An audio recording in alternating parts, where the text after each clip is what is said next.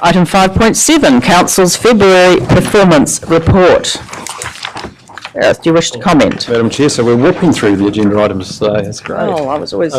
this one may take a few more minutes, unfortunately, but so this is our standard monthly performance report that we provide to you, talking about our compliance with our targets. I guess as starting before I hand over to the team to go through page by page, I'd just say that the last month it's been a bit of an exciting one for our staff organisation. A lot of our time has been spent looking at a few organisational development projects. The most significant of that is the visioning exercise that we've just started. So setting a vision for the organisation and working on values throughout the organisation with the teams, which is where we're at the moment. The teams are identifying out and working through values that they can buy into.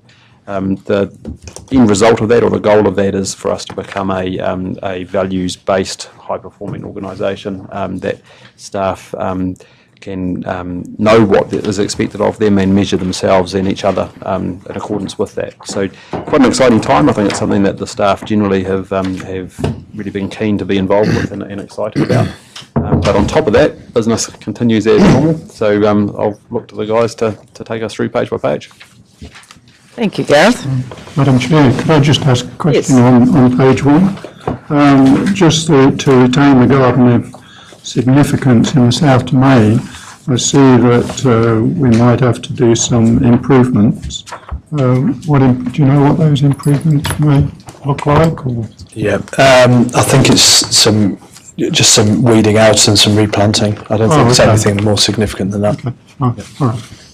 Yes, Councillor Rankin. Can I just say congratulations to you for the leadership that you're showing the organisation. You are following a transformational process, whether you know it or not, and you're doing everything right. Even working down on the front line is absolutely part of the transformational process, and it will make a huge difference in this organisation. So I feel very proud of you.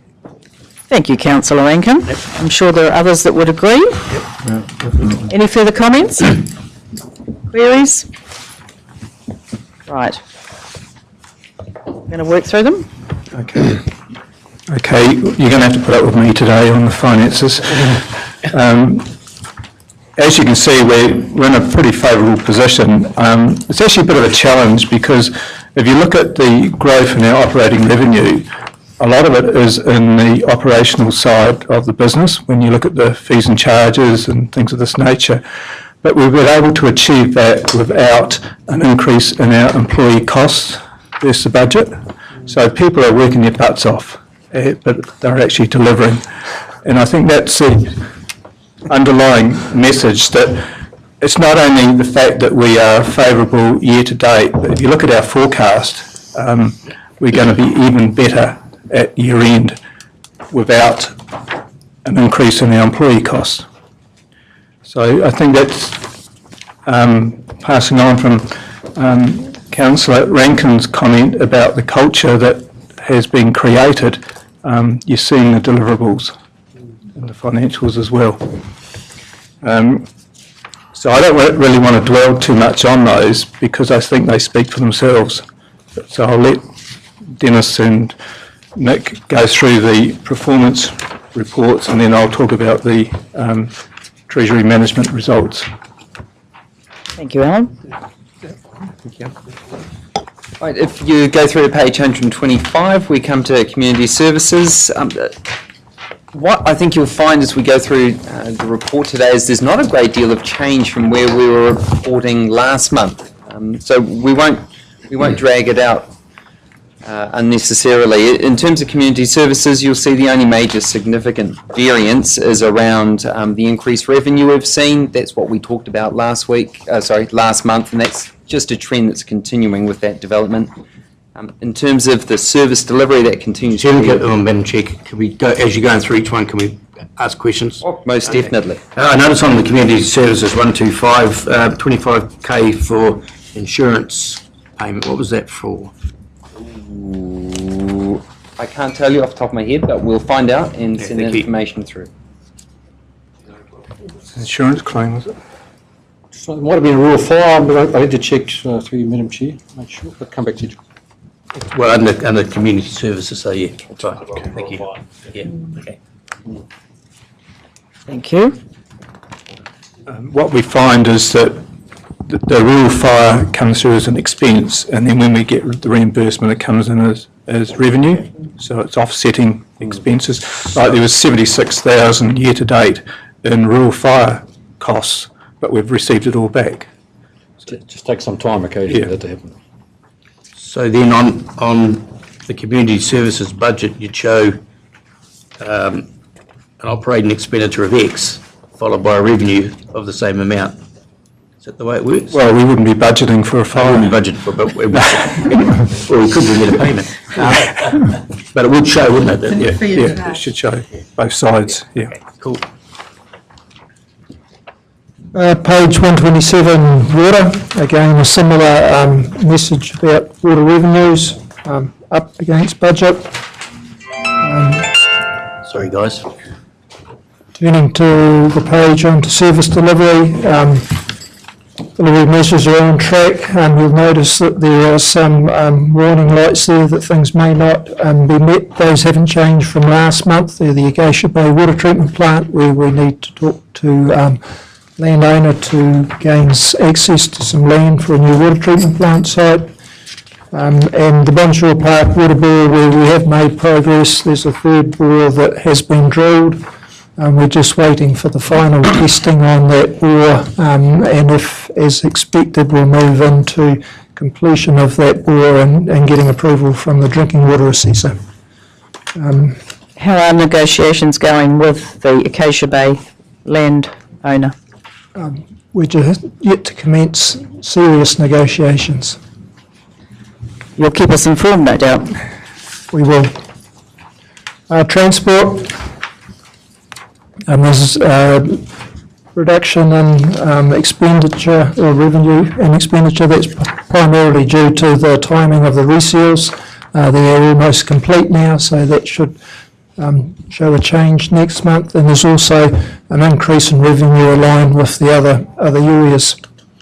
Our service delivery is on track, and again the orange flags we've shown for both the footpaths, where we have indicated that for the for the Waka Falls footpath, that should be going out to tender in the next 2 or 3 weeks. And the Whai Waka, we are still doing some design work to try and minimise the cost of that project. And just on the minor safety improvements, the widening on Turangi-Tongariro has been completed. Community facilities, a similar situation there in terms of revenue. You will note there in the service delivery a couple of orange flags. These relate to performance issues that have already occurred. These are the ones, Nick, where we have reported them once and they continue to show up on the service delivery chart.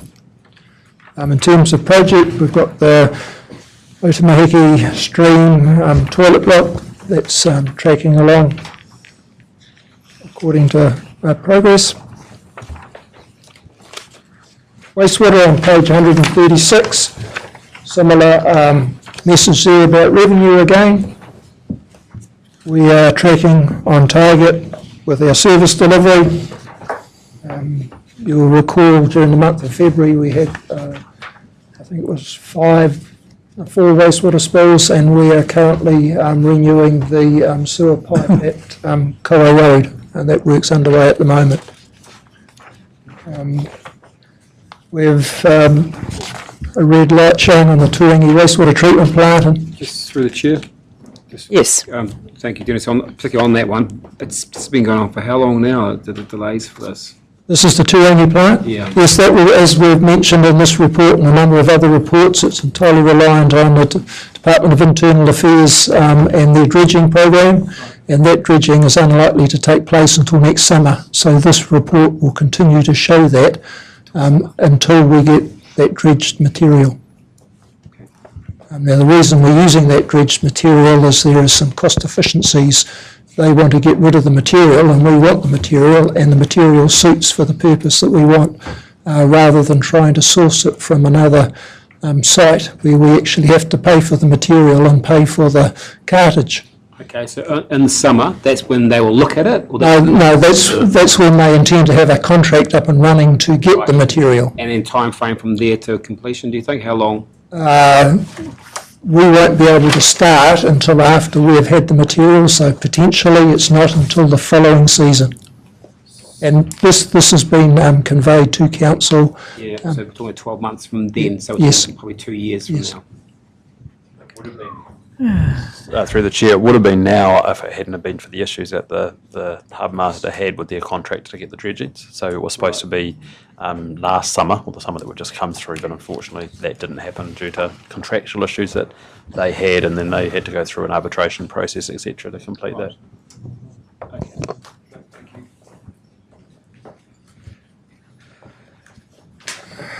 Solid waste. Again, favourable variances in income. As you would be aware, we have been reporting that our performance measure for reducing waste to landfill wasn't going to be met. This was largely attributable to two areas. One was the increase in building activity that was generating more waste, and also biosolids that we were taking to the landfill. Those biosolids, as I reported last month, is now going to our vermiculture or vermicomposting site, and you'll see there a reduction in tonnage for February. About 250 to 300 tonnes of that is the biosolids that are now going to the vermicomposting. It's looking like the end of year we'll have something in the order of 24,000 tonnes that will be going to the landfill. So, stormwater, no significant variances to budget. Our service delivery is on target, and the EnviroPods have already been installed, and the Taha Reaper stormwater device is currently up for pricing with contractors at the moment. And we're looking to construct that in May. In terms of democracy and planning, you'll notice that on the service delivery graph we've got the red there. That's the same that you've seen through previous months. Just a reminder that that relates to the satisfaction questions which come through the NRB survey we do every 3 years. That survey is due to be kicked off again in the next couple of months, so we'll have new figures before we get to the year end, and they'll be able to be incorporated into the annual report. In terms of projects, we've just got those 3 red traffic lights, again the same that you saw last month. Not significant change with regard to those, other than I'd say the Turangi Reserve project's continuing to move forward. We've now got the cultural assessment, which has been commissioned and underway, and there's been that meeting on the 13th provided a good opportunity for the committee to start to talk about their direction for that management plan going forward. Still quite a lot more work to do with the board and the management committee, making sure their views are aligned in that area. In terms of the bylaw reviews, we've got an internal meeting next week to talk about how we move those forward. But at this point, they're not being prioritised in terms of the overall workload. Through the chair, just on that one, this might sound daft. If you've got an old bylaw that's still in existence, can't that be used until the new one comes in, i.e. the traffic one? Correct. You've got a 2-year period where the bylaw continues to stay in force until such time as you've got it in review. So we could make some of those speed restriction changes now under the bylaw work. That's why I'm wondering why we're waiting for the new one to come into. We could, if I recall correctly, the last time that we set the speed limit bylaw, there was a preference to review the speed limits and do it its entirety on a district-wide basis rather than piecemeal, so that you were getting the one network approach, if you like. So making sure that speeds were consistent across the network rather than just in isolated discrete areas. But can't we do that now? A district-wide?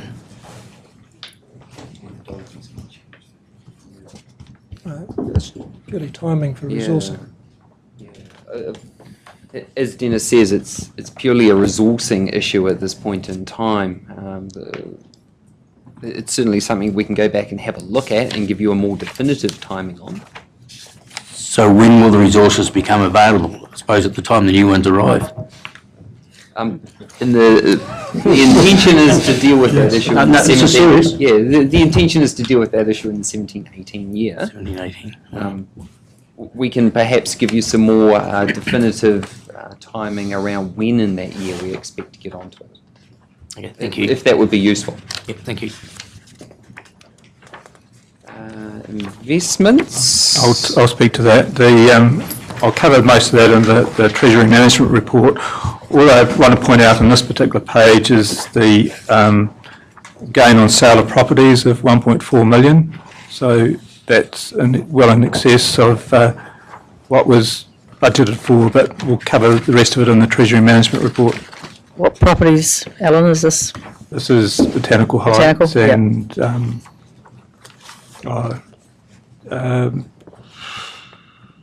yeah, there's more than that, but there's some of it. It's positive. Yeah. Some of it's still happening too. Right. Yeah. I didn't want to get into the confidential section. And the last section is economic development, where again there's not a significant shift at all from last month. Sorry? I'll say through the chairs, unrealised gains of equities, 878k. You're going to be buying some more shares, please? We'll cover that in the Treasury Management Report. John's having a heart attack next year. Yeah, get that Jesus. Sorry, Alan. Like it. Do you want me to keep them or Okay, we move on to the Treasury Management Report. One of the challenges is the fact that the OCR is so low. You can see it's 1.75%. Okay, our borrowing's in line with how we've budgeted, as you can see. But if we look at our investment returns, if we take the total picture, you can see down the bottom that we've been managing to get just over 3% year-to-date yield, which we're not going to get rich on that. But that's partly driven by mainly driven by the OCR.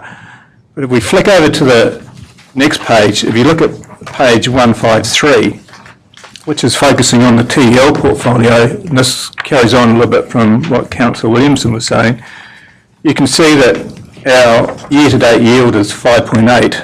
Our yield for the month was just over 10. Yes, we have been a little bit more active in shares. You'll see down the bottom right that we sold 20,000 NAB shares. That was actually a gain of 13.3% over 70 days. That's all we held the shares for, which would annualise to 69%. And Auckland Airport, that was a gain of 10.8% over 120 days. If we annualise that, it was about 33%. So you can see what we're having to do on the equity front to lift the overall yield to get it up to that sort of level. It's really hard when you've only got an OCR at 1.75. But even so, we're still only about 11% of the portfolio in shares. Just through the chair, sorry, Alan, what was the what are the shares of Auckland Airport worth per share, roughly? Do you know? We sold them for $7.05 and we bought them for around the 6. Okay. But that was within. It's our strategy. When we buy, we have an exit price. Right. Yep. So, and then the NAB shares, we sold them at 32. We bought them about 28. Right. Okay. Yeah. Thank you. And everything else is in accordance with the Treasury Management Policy. Through the chair, I just thank you very much for the work you do. Excellent work in your department. Indeed. Any further comments or questions?